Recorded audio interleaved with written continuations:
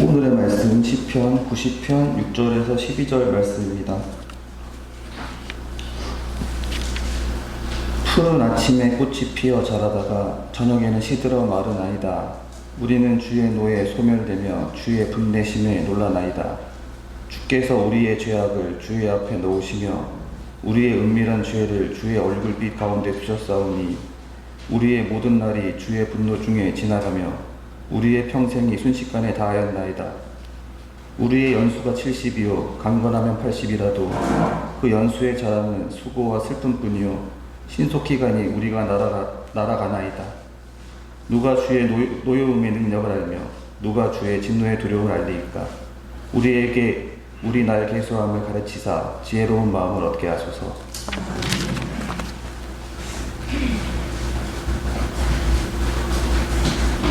논리적으로 말 잘하는 사람을 우리가 보면서 그 말을 들으면서 저 사람 참 지혜롭다라는 생각을 합니다. 그런데 계산을 잘하는 사람 보면 지혜롭다고 생각하기보다는 저 사람 참 약없다라고 생각을 하고, 또 그것이 이제 본인과 연결되어지는 계산일 때는 계산적이다라는 그런 좋지 않은 그런 표현을 하기도 합니다. 예수님의 제자 중에 누가 계산을 제일 잘했을 것 같습니까? 한편으로는 이제 마태가 세리가 직업이었고 나머지 제자들은 다 어부들이 대부분 어부였기 때문에 마태가 제일 잘할 것 같은데, 한편으로는 예수님이 재정을 가룟 유다한테 맡겼습니다. 가룟 유다가 또 한편으로 제일 계산을 잘하지 않을까라고 생각을 했는데, 누가복음 보다가 깨달은 게 있습니다.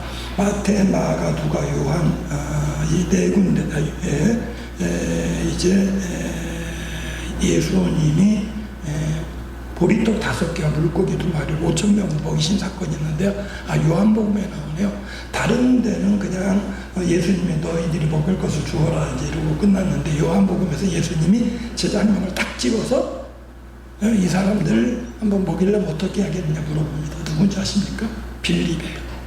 예수님께서 빌립에게 이제 이 사람들을 먹이려면 얼마나 있어야 되겠느냐라고 물어봤고, 설명경이 뭐라고 하냐면 예수 빌립을 시험하고자 함이라 이렇게 말씀하고 있습니다. 근데 빌립이 머리가 잘 돌아가요. 그러더니 딱 거기 앉은 사람 숫자를 대략 계산해보고 여기 있는 사람 다 먹이려면 요한복음 6장 5절부터 7절까지 말씀이 나오는데 조금씩 받게 할지라도 200데나리온의 떡이 부족하리이다. 자, 그 계산을 하려면 일단은 지금 앉은 사람들이 몇 명인가를 계산을 해야 돼요. 그러니까 딱 눈으로 봐가지고 옛날에 뭐 이제 여의도에 73년도 빌립이라는 전도 집회인데 100만 명이 모였다고 합니다. 어떻게 100만 명 어떻게 세나 이러는데 바짝바짝 앉혀가지고 어느 정도의 공간에 그 공간 안에 공간을 이렇게 나눠가지고 몇 명, 그럼 이게 공간이 몇 개다 가지고 그렇게 계산이 나온답니다. 그리고 이제 집회할 때도 이제 집회 주최하는 사람이 몇만 모였다. 그리고 경찰들이 추산할 때 몇만이다. 그런데 경찰들도 그렇게 추산한대요. 딱 한번 재가지고 요게 5m 또는 3m 짜주고 그 공간 안에 몇 명쯤 들어가 있는가 따져가지고 밀집됐으면 그 몇 명이라고 계산한다는 겁니다.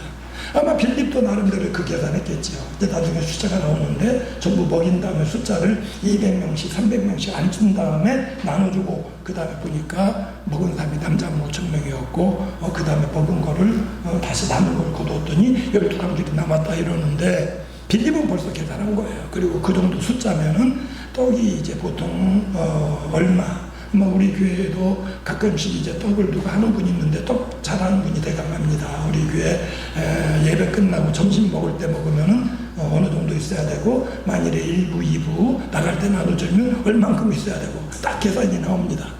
경험을 통해서. 그러니까 그런 거를 잘하는 사람들이 있는데, 사실은 그런 거 잘하는 것도 지혜입니다.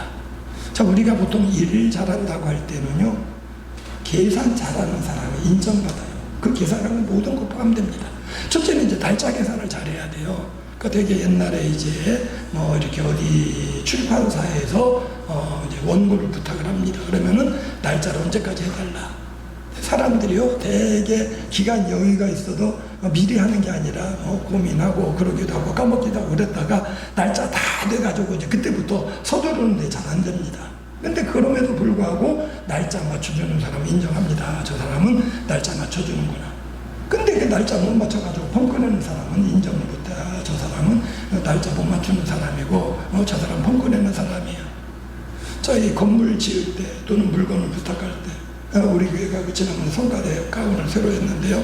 성가대 가능한 빨리 했으면 좋겠다라고 부탁을 합니다. 언제까지 해줄 수 있느냐. 자기네가 언제까지 해줄 수 있다. 근데 그 날짜 맞추는 사람도 고마워요. 일 잘하는 것 같아요. 제가 목회하면서 제일로 이제 화가 났던 게 우리 교회 창립 예배 일정을 맞춰놓고 이 성부가 다 한 달 전에 들어오게 했는데요. 들어오기로 약속이 돼 있었는데 나 약속 날짜가 됐는데도 안 와요. 그래도 뭐 연락 오겠지 했는데 며칠 지나도 안 온 겁니다. 이제 제가 답답해가지고 한 3일 전인가 연락을 했더니 요 강대상은 됐는데 의자를 못 댔대요. 펄쩍 뛰면서 무슨 소리냐 왜 못했냐 했더니 그때 이게 우리나라 수입이 잘 안 돼가지고 이게 의자 나무를 수입을 못해 그걸 못했대요. 어떻게 하실래요? 뭐라고 그래요? 일단은 이 날짜 맞춰놨으니까 그러면 강대상이라도 갖다 달라고. 그러면 이제 창립 예배를 해서 원래 이렇게 의자 놓고 하려고 그랬다가 의자 없이 바닥에 앉아서 예배 드렸어요. 그리고 그 다음에 이제 한 달인가 갔다 왔는데 또 우리 미리 부탁을 했습니다. 이 수요일 날 밤 같은 데 오지 말라고 낮에 오라고 그랬더니 꼭 수요일 날 밤에 와가지고 예배도 못 드리고 그것도 이제 몰랐어요. 이게 조립해가지고 오는 줄 알았는데 의자를 나무판을 다 따로 따라가지고 잔뜩 쌓아가지고 와서 여기서 조립을 하는 겁니다.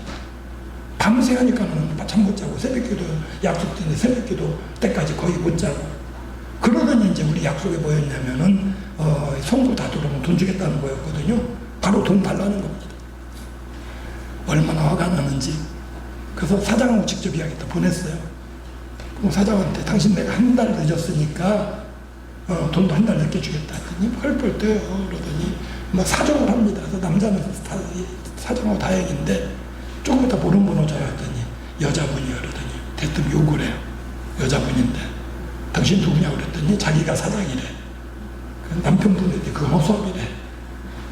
얼마나 화가 나는지. 근데 제가 그때 경험을 했어요. 이게 그냥 좋게 계약하는 게 아니라 계약서에 꼭 들어갈 게 뭐냐면 날짜가 늦어지면 어떻게 보상을 한다. 이런 게 들어가야 되는데 그게 없었어요.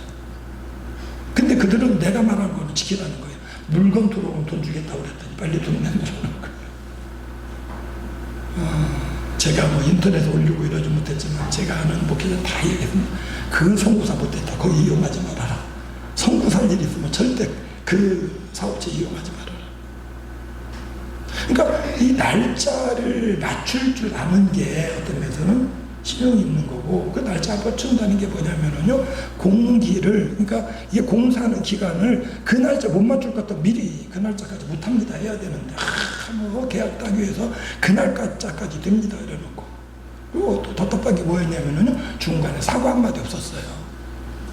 그래놓고 제가 창립주에 날짜 잡았으니까 그러면 이것만이라도 갖다 달라고 할 때 나중에 하는 이야기가 내가 허락했다는 거예요. 이것만 가져오라고. 자, 기가 막혀서. 근데 그런 사람이 뭐냐면 날짜 못 맞추는 사람, 신용이 없는 사람.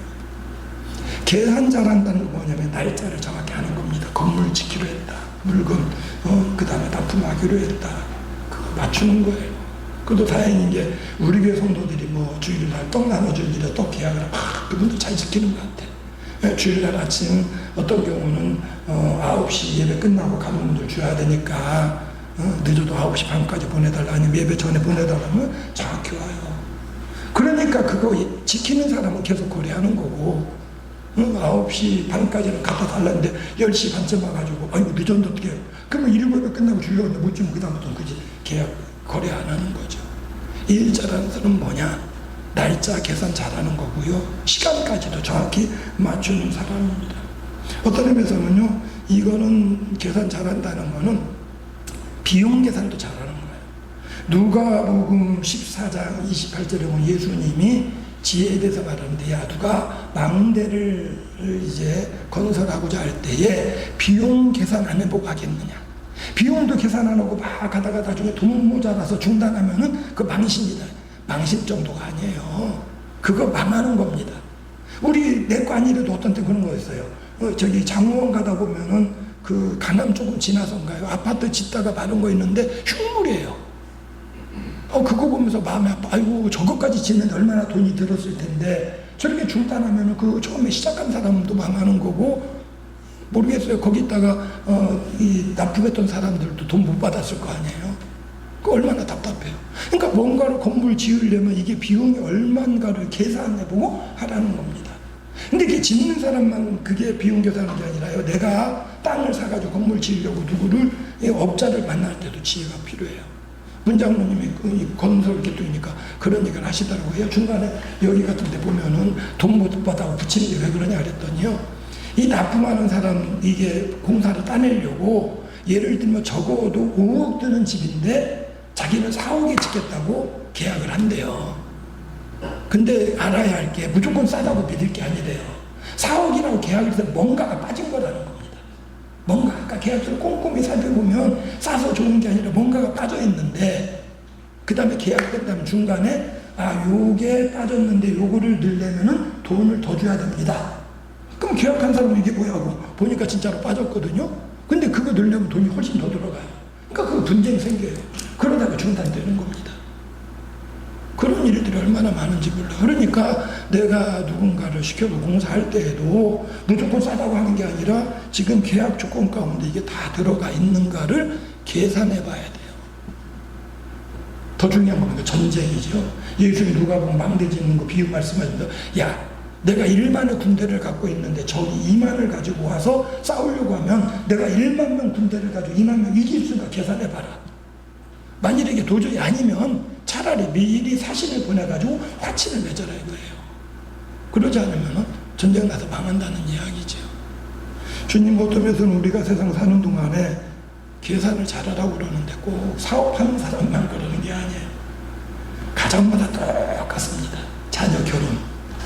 이 결혼식을 아직까지는 코로나 때 잠깐 이렇게 결혼식이 그냥 없이 되는 것 같다가 또다시 이제 결혼식 부활해가지고 자녀들 때 되면 결혼시키는데요. 결혼식장을 가지고 있는 사람은 큰 사업이에요. 그래가지고 이게 자기네가 손해볼 수 없으니까 계약할 때 어떻게 합니까? 기본 인원. 그 전에 정규직수당 그랬던 것 같아요. 300명이래요. 300명 이제 계산을 하는데 300명 동원해가지고 먹으면 하는 거예요. 근데 300명으로 계약을 했는데 200명 와서 먹으면은 100명분 들내는 게 아니라 200명 먹어도 어떻게 해요? 300명 값 줘야 돼. 왜? 거기서 300명씩 만들어놨으니까. 그 문제는 많이 오면 좋겠죠. 근데 거기서는 300명 분이면 한 30명 거는 여유 있게 해놓는데 300명 넘는 인원은 그 넘는 인원도 돈 다 내야 돼요. 근데 400명 왔어. 물건이 밥이 모자라도 다 조금씩 먹고 말았어도 돈은 400명 값 내야 돼요. 그러니까 일상생활 가운데 우리 지혜가 필요한 게 뭐냐면은 우리 자녀의 지금 올 사람이 누군가 계산해가지고 그 다음에 거기에 대략 맞춰서 계약을 해야 대접하는 사람도 기분도 좋고 오는 사람도 기분도 좋고 이러지. 이거 계산이 안 맞으면 인원이 적으면은 자리는 널널하고. 지난번에 친구 하나가 아들 결혼시켰는데 토요일인데 그날 제가 바빠가지고 친한 친구인데 못 갔어요. 근데 그 다음번에 만났더니 그 이야기 하더라고요. 그날이 비가 왔대요. 그러니까 자기네 계약하는 이게 좌석이 많았는데 이제 흔히 그런 이야기 하잖아요. 요즘은 호텔에서 결혼식을 하면 1인당 밥값이 거의 10만 원 된대요. 근데 부부간에 가지고 10만 원 내면 손해라고 이런 이야기 하는데 자기 이야기가 뭐냐면은 이게 이 좌석을 많이 해놨는데 남으니까 아깝더래요. 그래서 그냥 마음 같아서 모르는 사람 와서 밥만 먹어도 좋겠더래. 속으로 진작 이야기하지. 그러니까 이 사람 마음이요. 내가 계약하려는데 이게 못 먹으면 아깝거든요. 그러니까 그럴 때는 정말 자기 아는 사람들 누구든지 와서 부자 안 해도 좋으니까 축하 만져도 좋으니까 먹었으면 좋겠다. 이게 계산이 잘 돼야 되거든요. 근데 오늘 말씀은 하나님께서 지혜를 이야기하는데 계수의 지혜를 말씀하고 있습니다. 우리가 잘 아는 구절 말씀이에요. 10절 말씀에 우리의 연수가 70이요 강건하면 80이라도 이렇게 이야기를 하면서 이제 12절 말씀에 우리에게 뭐 계수하게달라고? 우리 날 계수함을 가르치사 지혜로운 마음을 얻게 하소서. 우리가 보통 70, 80이라고 이야기를 하지만 정확한 건 아닙니다. 그러니까 내가 얼마나 살지, 앞으로 얼마나 더 살지 모르는데 하나님 나로 하여금 그 날을 계산할 줄 알아가지고 지혜를 얻게 해달라. 그 날을 계산하는 게 지혜라는 이야기입니다. 그래서 계수를 통한 지혜라는 제목 말씀 잡아봤는데요. 오늘 6절부터 12절까지 봉독했습니다만은 이제 90편 전체가 계수 또 날수와 관련된 그런 말씀입니다. 자, 먼저 이 우리의 날이 연수가 70이요 강건하면 80이라 이렇게 말하고 있어요. 사실요 이 말 들으면 80 넘으면 뜨끔해요. 아니 난 80 넘었는데 강건해야 80이면 이거 나는 어떻게 되는 건가. 그리고 80 가까운 사람은 이제 나는 다 끝나가는 건가 아닌가 이렇게 생각하는데 안심하셔도 됩니다. 왜요? 이 글을 시편을 누가 썼습니까? 90편 1절 쭉 올라가서 한번 보세요. 하나님의 사람 모세의 기도. 모세가 몇 년 살았습니까? 120년 살았어요. 120년 자기는 살아놓고 하나님은 대체로 사람들이 뭐 70, 80 사는 것 같아요. 이 이야기입니다. 근데 우리가 아는 대로 요즘 의술이 좋아져서 아프면 병원 가서 치료받고 이러다 보니까 미리 예방하고 이러니까 오래 사는데 그래도 아직 모세 연수에 못 미쳐요. 근데 훨씬 이전 시대에는 일찍 죽었지요. 일찍 죽었어요. 그러니까 아마 옛날에는 그냥 70 정도 살고 80이면은 정말 오래 산 거다라고 본 겁니다. 자, 그걸 우리가 어떻게 하냐면은 옛날에 노인들 잔치가 제일 큰 잔치가 몇 살에 하는 잔치입니까? 60. 무슨 잔치라고 그래요? 환갑잔치. 요즘 환갑잔치 합니까? 나 환갑잔치 했다는 사람 손 들어보세요. 안 해요. 환갑잔치 하면은 70 넘은 사람이 어린애가 잔치한다고 야단친대요. 그러니까 60은 옛날에는 60살기가 어리니까 환갑잔치 했는데 지금 60은 다 넘어간다 생각을 하니까 잔치하라고 이제 70이면 그래도 조금 살면 살았다. 이게 성경적인 것 같아요. 70은 산다. 근데 대체로 강건해서 그 이상도 사는 겁니다. 자, 문제는 80년 인생 사는 그 기간이 어떤 인생이냐. 10절, 9절 말씀에 우리의 모든 날이 주의 분노 중에 지나가며 우리의 평생이 순식간에 다였나이다 이래놓고 우리의 평생이 70이나 80이 순식간에 지나간 거예요. 그래놓고 10절에 뭐라고 하냐면 그 연수의 자랑은 수고와 슬픔뿐입니다. 이렇게 고백을 해요.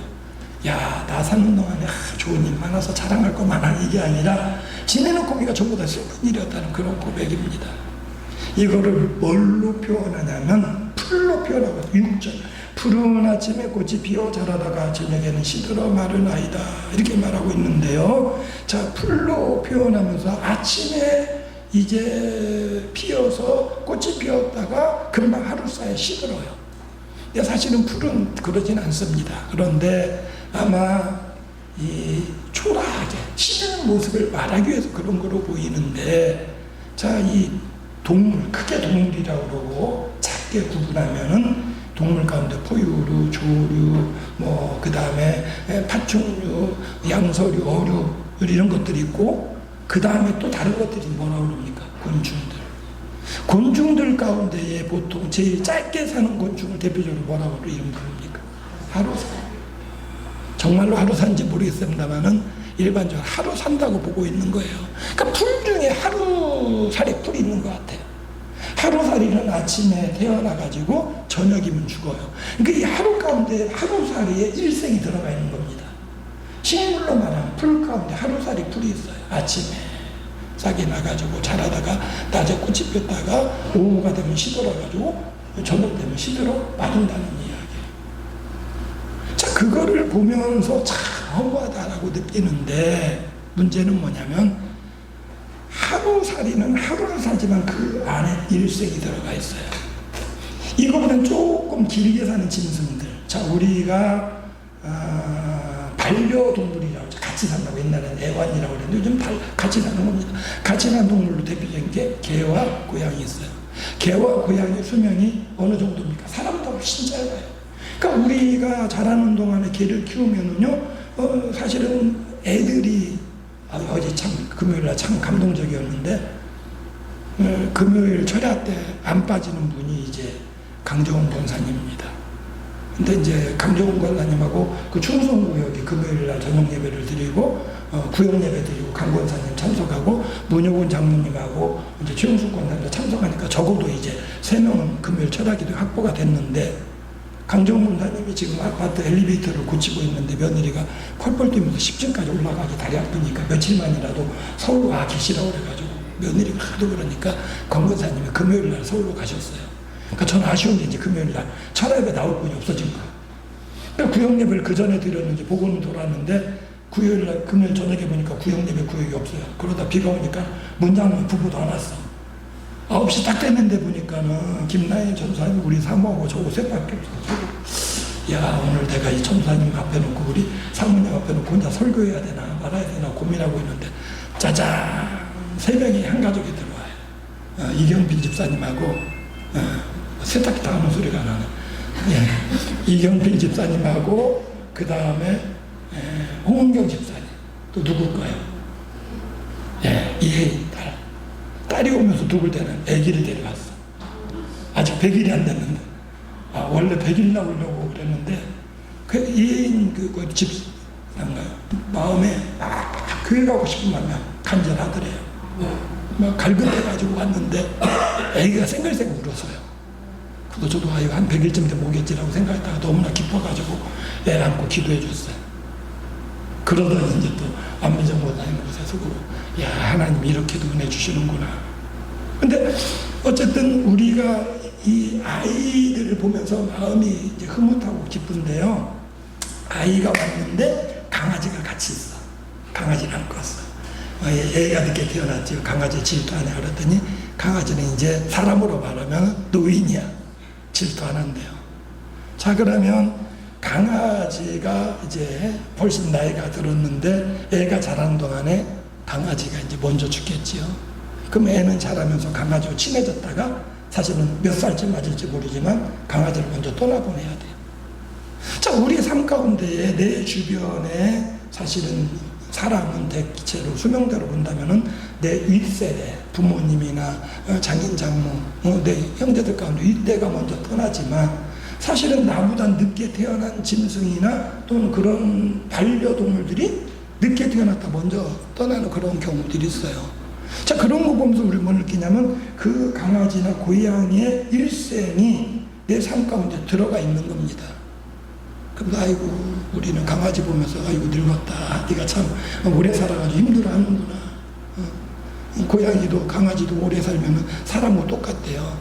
치매도 걸리고 그 다음에 눈도 안 보이고 냄새도 못 맡고 귀로도 못 듣고 그래도 마치 부모님 봉양하듯이 강아지 그렇게 나이 들면 키운다고 그러는데 자, 우리의 일생이 그와 같다는 거예요. 그러면서 성경은 뭐라고 그랬냐면 주의 목전에는 1000년이 지나간 어제 같으며 밤에 한순간 같을 뿐이다. 그 하나님은 2절 말씀에 보면 산이 생기기 전에 땅과 세계도 주께서 조성하기 전에 영원부터 계셨던 하나님이에요. 영원부터 계셨던 하나님이 우리의 인생을 볼 때에 우리는 80 산다고 하지만 주님 앞에는 영원히 사신 하나님 앞에는 그냥 우리 일상이라는 게 잠깐 하루살이가 살고 가는 것처럼 그 다음에 강아지가 몇 년 살다가 죽는 것처럼 주님 앞에는 한 경전뿐이라는 겁니다. 베드로후서 3장에서도 우리에게 분명히 말씀하고 있죠. 주께는 하루가 1000년 같고 1000년이 하루 같다는 것을 잊지 말아라 이렇게 말씀하고 있습니다. 자, 우리의 일생이 굉장히 긴 것 같지만 어떤 때는 이 하루가 주님 앞에 1000년이 될 수도 있고 사실은 내 일생 다 살아도 주님께는 하루밖에 안 된다는 겁니다. 그래서 이 우리 일생이 70, 80이라고 하지만 마치 풀처럼 아침에 피었다가 꽃이 피고 저녁에 시드는 풀처럼 주님 앞에는 그냥 하루살이의 존재밖에 되지 못한다는 건데 문제는 우리의 삶이 5절에 주께서 홍수처럼 쓸어가시니 잠깐 자는 것 같고 아침에 돋는 풀 같다라고 고백을 하며 우리가 사라지는 것이 7절 말씀에 주의 노에 소멸되며 주의 분내심에 놀랍니다. 이렇게 고백하고 있습니다. 자, 우리의 쓸어가는 것도 한스럽지만 우리의 삶 가운데 힘든 일, 어려운 일이 우리는 그 짧은 순간을 살면서 어려운 일 당하면 깜짝 놀라요. 힘들면 깜짝 놀랍니다. 아이고, 주님이 좀 화가 나셔서 나를 때리는 거 아닌가? 주님께서 내가 잘못한 것 때문에 내게 형벌을 내리시는 것 아닌가? 어떤 때 내 삶 가운데 있는 그 고난 가운데 놀라는 겁니다. 그래서 8절 말씀에 사실은 고난당할 때 사람들이 겸손해지는 게 뭐냐면요, 엄밀히 말하면 고난 중에 아이고 하나님, 나는 내가 제대로 살았는데 왜 나만 이런 어려운 일 당하니까? 아니에요. 냉정히 말하면 사람이 다 아는 게 뭐냐면 고난당하면 아이고 내가 잘못해서 벌 받나 보다. 왜요? 우리가 온전하지 못하기 때문입니다. 온전하지 못한 상태 어려움 당하면 아이고 주님이 화내셨나 보다, 주님이 나를 때리시나 보다라고 깨닫는 거예요. 그래서 8절 말씀에 주께서 우리의 죄악을 주의 앞에 놓으시며 우리의 은밀한 죄를 주의 얼굴빛 가운데 두셨습니다. 이렇게 고백하고 있는 겁니다. 어려움 당하니까 자녀가 어려운 일 당하면은요 부모가 조심스러워져요. 그전에 내가 누가 얘기했나 기억이 안 나는데, 자녀가 어려운 일이 이게 뭔가 큰 일을 하는 동안에 정말로 자기가 착하게 살았대. 내가 혹시 잘못하면은 나 때문에 내 자녀가 어려운 일 당할까봐. 그 말 듣는데 공감이 가요. 사실 일반적으로 세상 사람이 다 누구나 자녀를 염려하는 가운데에 중요한 일이 있어요. 위험한 일이에요. 그럼 뭐냐면은 내가 이때 잘못하면 혹시 나 때문에 우리 자녀가 잘못되는 거 아닌가? 벌 받을까? 그래가지고 조심하는 거야. 그럼 반대로 뭐냐면 그러다가 어려운 일 당하면은 제일 먼저 드는 생각 뭐냐면 내가 뭐 잘못했나? 나 때문에 우리 자녀가 어려움 당하는 거 아니야? 이렇게 되는 거예요. 그러니까 우리의 삶 가운데 고난을 당하니까 주께서 우리의 죄악을 주의 눈앞에 놓으시고 은밀한 죄를 주의 얼굴빛 가운데 놓으신다는 겁니다. 그래서 깨닫는 게 뭐냐면 9절 말씀에 우리의 모든 날이 주의 분노 중에 지나가며 우리의 평생이 순식간에 다하였나이다. 결국 마지막 깨닫는 건 뭐냐면요, 내 삶이 이제 거의 다 됐다고 생각할 때도 본격적으로 아유 내가 열심히 산다고는 했는데 내가 주님 앞에 잘못한 것도 많고 내가 온전한 것도 온전하지 못한 것도 많고 요거를 깨닫는다는 겁니다. 그런 가운데 이제 돌아보니까 아유 인생 7, 80이라는데 이제 내가 얼마 안 남았네, 요걸 깨닫는 겁니다. 그러면서 간구하는 게 뭐냐면 보통 7, 80이라고는 하는데 하나님 내가 얼마 남았는지 내가 깨달아가지고 남은 연수만큼이라도 내가 제대로 어떻게 보면은 주님 앞에 설 준비를 하고 내가 살게 해주세요 하는 게 기도입니다. 자, 주님께서 우리의 그 연수를 깨닫게 해주십니까? 사실은요, 성경 우리에게 분명하게 말하고 있는 것은 하나님 우리의 연수를 모르게 하신다고 그랬어요. 예수님은 마지막 때에 대해서 말씀하는 가운데 예수님 마지막 때가 되면 예수 오신다고 그랬어요. 근데 오신다고 사실 말씀이 뭐냐면 이 날이 언젠지는 하늘에 계신 아버지만 알고 나도 모른다고 그랬어요. 그러니까 예수님 나도 모른다는 게 하나님하고 한 분이신데 왜 몰라요? 근데 그 말씀의 의미는 예수님의 아들이라는 입장에서는, 성자라는 입장에서는 성부의 권한이에요. 고유 권한. 그러니까 나 알려고도 안 하고 아버지의 고유 권한이다 이렇게 말씀하고 있는 겁니다. 그래도 그냥 속히 온다고 그랬는데 사실은 지금 예수님이 부활하신 지 그리고 승천이 2000년이 넘었어요. 근데 속히 오리라고 했는데 아직도 안 오셔. 왜요? 2000년이지만 주님께는 며칠간이에요? 이틀밖에 안 지났어. 1000년이 하루 같으니까. 그러니까 우리는 여전히 몰라요. 근데 분명한 것은 주님이 오시기 전에 우리의 호흡이 다해서 숨이 끊어지면 다시 눈뜰 때는 주님의 심판대 앞에 서는 거예요. 주님의 심판대 앞에 선다는 건 뭐냐면은 주님이 먼저 오시든 아니면 주님 오시기 전에 내가 죽든 이미 내가 인생 사는 거는 끝났어요. 내가 내 판단으로 내 노력으로 내가 수고해서 사는 인생은 끝난 겁니다. 그때는 심판을 기다릴 수밖에 없어요. 그러니까 그 심판을 기다리기 전에 내가 자발적으로 주님 앞에 어떤 면에서는 제대로 갖추고 제대로 준비하고 주님 내가 그래도 이만큼 살았으면 그걸 내놔야 되는데 그걸 좀 알면은 잘할 것 같아요. 왜 사람이요, 되게 날짜가 길다고 생각하면 해이해져. 뭐 써달라고 그래도 예 알았습니다. 날짜 아직 많이 남았네. 예? 그 다음에 뭐 해달라고 해도 아직 날짜 남았는데. 이게 일반적인 사람의 심성이거든요. 근데 깨닫는 게 뭐냐면은 날짜 얼마 안 남았다는 걸 깨닫는 겁니다. 그건 언제 깨닫냐? 나이가 들고 나니까. 자, 노인하고 그 다음에 아이들하고 시간의 속도가 다릅니다. 노인의 시간이 빨리 갑니까? 아이들의 시간이 빨리 갑니까? 달라요. 뭐가 다르냐면 하루는 애들 시간이 짧아요. 애들 열심히 놀고 싶은데 하루가 빨리 지나니까 아쉬워서 못 자. 어린애들 하루가 짧은 거예요. 노인은요, 특히 할 일 없으면은요, 하루가 얼마나 긴지 몰라요. 아파서 끙끙하는데 힘이 없으니까 할 수 있는 일도 없고, 또 자녀들이 일 시키지도 않고, 할 일이 없으니까 하루가 얼마나 긴지 모릅니다.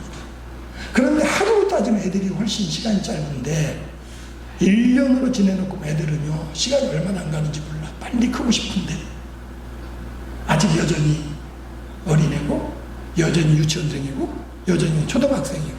왜요? 그때는 이제 오르막길 천천히 가는 겁니다. 나이 들면은요, 하루는 느린 것 같은데 1년이 얼마나 빨리 지나가는지 몰라. 조금 있다 보면 또 한 살 더 먹었어. 조금 있다 보면 10년이 지났어. 조금 있다 보면 내 옆에 친구들이 없어. 지난번에도 말씀드렸죠. 어떤 노인분이 미워한 사람한테 자기는 없대요. 그래서 어떻게 그런 마음 가지셨습니까? 있었는데 다 갔어. 미워한 사람도 다 가고 친구도 다 가고. 그리고 자기 시간 얼마나 빨리 날짜가 얼마나 빨리 지나가는지 몰라요. 근데 문제는 그런 가운데에 깨닫는 게 뭐냐면, 주님이 날짜는 알지 못하겠지만 마지막 때 뭘 알게 하셨어요? 징조. 마지막 때 징조가 이렇다는 거 말씀하면서, 요즘에 진짜 마지막 때는 거 느껴지는 게, 마지막 때가 되면은요, 이 천재지변이 많고 화상 터지고 지진이 생기고 전쟁이 처처에 있어가지고 이스라엘이 중동 지역 여기저기 폭탄 떨어뜨리고 러시아가 여기저기 공격을 하고, 이게 처처에 전쟁이 있는 겁니다. 테러가 있고, 그 다음에 사람의 사랑이 식어져가지고 꼭 원수된 사람만 죽이는 게 아니야. 이유 없이 그냥 모르는 사람도 죽이고. 이게 뭐예요? 마지막 때 징조예요. 그 우리가 그거 보면서 주님 말씀들, 이게 마지막 때구나 깨닫는 겁니다. 근데 개인의 종말도 마찬가지예요. 우리들 스스로가 깨닫는 게, 너 내 몸의 기능이 하나하나 떨어지는 겁니다. 떨어지면은 깨닫는 게 뭐냐면, 이제 내가 주님 나라 갈 날이 가깝구나. 근데 사실은 그래도 쉽지 안 가요. 그래도 한참 걸리는 겁니다. 그런 가운데 한참 걸린 이유가 뭐냐면, 주께서 우리에게 준비케 하시는 겁니다. 오늘 시편 기자 고백하는 거 뭐냐면, 우리에게 날 계수함을 가르치셔서 지혜로운 마음을 얻게 하소서 그랬는데, 날 계수함을 깨달아가지고 지혜로운 마음을 얻는 게 뭐냐면, 지금 12절까지는 우리의 삶이, 3절에는 티끌로 돌아가라 말씀하셨고, 4절에는 천년이 하루의 순간 같아가지고, 5절에는 홍수처럼 쓸어가니까, 그 다음에 7절 말씀에 주님의 노에 소멸되어서 우리가 놀라고, 그 다음에 우리의 은밀한 죄가 주님 앞에 나타나고, 9절에는 주의 분노 중에 우리의 평생이 순식간에 지나갔습니다. 그런 고백을 하거든요. 그렇다면 우리의 삶을 돌아보니까 맨날 고생뿐이고, 그냥 고생하면서 일평생 살았네, 요걸 말하기 위한 게 아닙니다. 모세가 기도로서 우리에게 깨닫게 하시는 게 뭐냐면, 사실은 13절 이하의 말씀입니다. 여호와여 돌아오소서, 언제까지니까 주의 종들을 불쌍히 여기소서. 우리를 긍휼 가운데에 이제 붙들어 달라고, 우리를 주님 진노에 버려두지 마시고 우리를 긍휼히 여기셔서 주님의 은혜로, 성령으로 우리에게 함께 하시길 원합니다. 그렇게 되면 14절 말씀에, 아침에 주의 인자심 우리를 만족하게 하사 우리를 일생 동안 즐겁고 기쁘게 하사. 첫째는 아침에 눈을 뜨면 하루가 고마운 거예요. 감사한 겁니다. 하루 아침에 일어나면 힘들어 죽겠는데 오늘도 눈 떴네, 이게 아니라, 하나님 오늘도 나에게 하루를 허락하시니 감사합니다. 오늘이 복되게 해주세요라고 기도하고 하루를 기쁘게 사는 겁니다. 15절 말씀에 우리를 괴롭게 하신 말수대로 우리가 화를 당한 연수대로 우리를 기쁘게 하소서. 내가 돌이켜보면 전부 다 화를 당한 날이고 힘들었던 날인데 하나님 요 힘든 날 주님께는 어떤 면에서 우리가 일생이 때로는 복된 날이 있고 때로는 힘든 날이 있다고 그랬는데 하나님 내가 보니까 그동안 전부 다 힘들었어. 이제는 내 남은 날 동안 하는 내 날이 복되게 해주세요. 하나님 내 남은 날 복된 날이 되게 해주세요라고 기도하는 것이고 16절 더 나가서 주께서 행하신 일을 주의 종들에게 나타내시며 주의 영광을 그들의 자손들에게 나타내소서. 어떻게 보면 나이 들면 사람들이 생각하는 게 뭐냐면 해주는 게 없다고 생각을 해요. 근데 자녀들이 깨닫는 건 뭐냐면 부모님이 세상에서 일하시는 동안에 준 은혜를 생각하는 겁니다. 자녀들이 어떻게 보면은 부모가 아무것도 못하고 병 속에 누워 계시지만 호흡하고 계신 것만 해도 감사하고 부모님이 그동안 우리가 자라는 동안 또는 우리가 사는 동안 희생한 거 헌신한 거 생각하면서 감사하게 생각하고 이게 복입니다. 어떤 면에서는 우리 스스로가 부모를 그렇게 생각해야 되고 우리 부모들 하나님께서 그런 복을 주실 것으로 말씀하고 있는 가운데에 그 영광을 자손들을 통해서 나타내달라는 그런 고백입니다. 우리 믿는 자들에게 있어서는 부모가 믿음으로 살고 믿음의 유산을 남겨주는 것만도 은혜입니다. 세상에 많은 사람들이 믿음이 없어서 악으로 행하고 자녀들을 악으로 이끌고 자녀들이 하나님의 은혜를 하지 못하는 가운데 구원받지 못하는 일이다. 그러나 우리가 예수 믿는 믿음 안에서 구원을 받고 자녀들에게 그 구원의 은혜를 줬다면 그것만으로도 하나님의 영광을 나타낼 수 있는 것입니다. 그래서 마지막으로 기도하는 게 뭐냐면 모세의 기도입니다. 그 기도의 마지막은 17절 말씀. 주 우리 하나님의 은총 우리에게 내리게 하사 우리의 손이 행한 일을 우리에게 견고하게 하소서. 우리의 손이 행한 일을 견고하게 하소서. 내가 선을 위해서 일했다면 그 선을 위해 일한 것들이 어떤 면에서 아름다운 결과가 나타나게 달라는 겁니다. 우리가 세상적으로 큰 선한 업적을 쌓은 건 아닙니다. 우리가 자녀를 위해서 열심히 일을 했습니다. 하나님 내가 자녀들 위해서 열심히 살아왔는데요. 우리 자녀들이 복받기를 원합니다. 이게 우리의 기도예요. 하나님은 우리의 남은 삶이 얼마 안 남았다는 것을 깨닫게 하십니다. 자, 내가 남은 날 수가 얼마가 안 되는데 그 남은 날들을 어떻게 살아갈 거냐. 아이고 지내놓고 보니까는 하루하루가 힘들었네. 요것만을 고백하는 게 아니라 지난 날들은 고난이었지만 이제 내 남은 날 수가 얼마 아닌 것 같아 보이지만 그 남은 날들 동안에 우리의 아침에 눈 뜨는 것이 기쁨이 되고 하루 살아가는 것이 은혜가 되고 그 다음에 내가 손으로 행한 것들이 헛되지 아니하고 아름다운 열매 맺게 하실 줄로 믿습니다는 그런 고백을 하는 가운데에 내 손이 할 수 있는 일들이 더 아름다운 일들이 될 것으로 말씀하고 있습니다. 남은 연한 하나님 앞에 더 복되다는 것을 기억하시면서 힘을 얻으시고 매일매일 은혜 가운데 살아가시는 우리 성도님들 되시기를 주의 이름으로 부탁을 드립니다. 사모하는 마음으로 주님 앞에 나와 예배하게 하시니 감사함을 드립니다. 우리의 남은 연한 깨닫게 하시고 남은 날 동안 주의 영광 드러내며 날마다 기쁨으로 은혜 가운데 살아가게 하여 주시옵소서. 예수님의 이름으로 기도드리옵나이다. 아멘. 자리에서 일어나